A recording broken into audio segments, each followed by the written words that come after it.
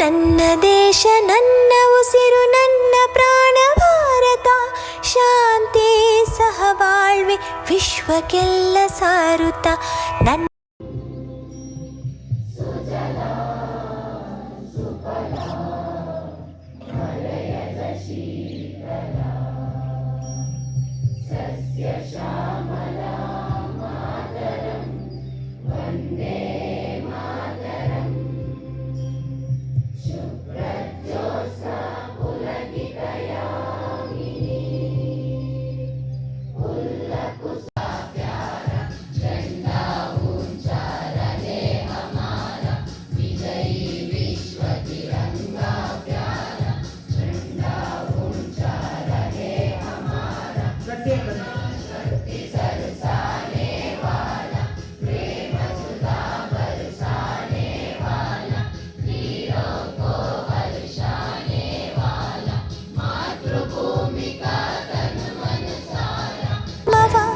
ಒಂದೇ ಎಂದು ಸಾರುವ ಪುಣ್ಯಭೂಮಿ ನನ್ನ ದೇಶ, ಭುವಿಯ ಸ್ವರ್ಗವು ಭುವಿಯ ಸ್ವರ್ಗವು.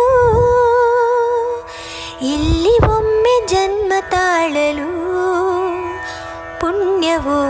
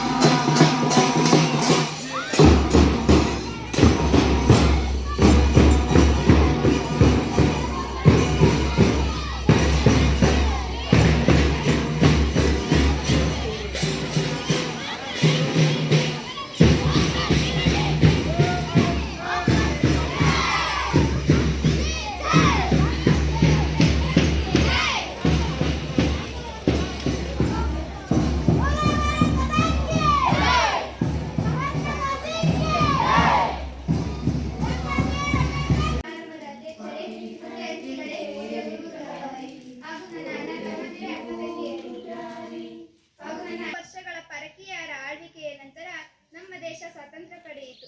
ಆಗ ಭಾಷಾವಾರು ಪ್ರಾಂತ್ಯಗಳ ಆಧಾರದ ಮೇಲೆ ರಾಜ್ಯಗಳ ವಿಂಗಡಣೆಯಾಯಿತು. ರಾಷ್ಟ್ರ ನಾಯಕರು ಮಹಾನ್ ಚಿಂತಕರ ಅಭಿಮತವೂ ಆಗಿತ್ತು. ದೇಶವನ್ನು ಮುನ್ನಡೆಸಲು ಒಂದು ಆಡಳಿತ ವ್ಯವಸ್ಥೆ ಅಂದರೆ ಒಂದು ಸಂವಿಧಾನ ಬೇಕಾಗಿತ್ತು. ಆಗ ರಾಷ್ಟ್ರ ನಾಯಕರಾದ ಡಾಕ್ಟರ್ ಬಾಬು ರಾಜೇಂದ್ರ ಪ್ರಸಾದ್ ಅವರನ್ನು ರಚನಾ ಸಮಿತಿಯ ಅಧ್ಯಕ್ಷರನ್ನಾಗಿ, ಡಾಕ್ಟರ್ ಬಿ.ಆರ್. ಅಂಬೇಡ್ಕರ್ ಅವರನ್ನು ಕರಡು ಸಮಿತಿಯ ಸದಸ್ಯರನ್ನಾಗಿ ಆಯ್ಕೆ ಮಾಡಿಕೊಂಡರು.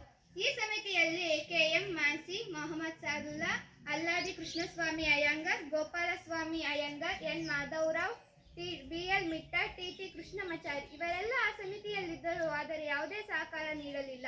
ಆಗ ಡಾಕ್ಟರ್ ಬಿ.ಆರ್. ಅಂಬೇಡ್ಕರ್ ಭಾರತ ಭಾರತ ಭಾರತ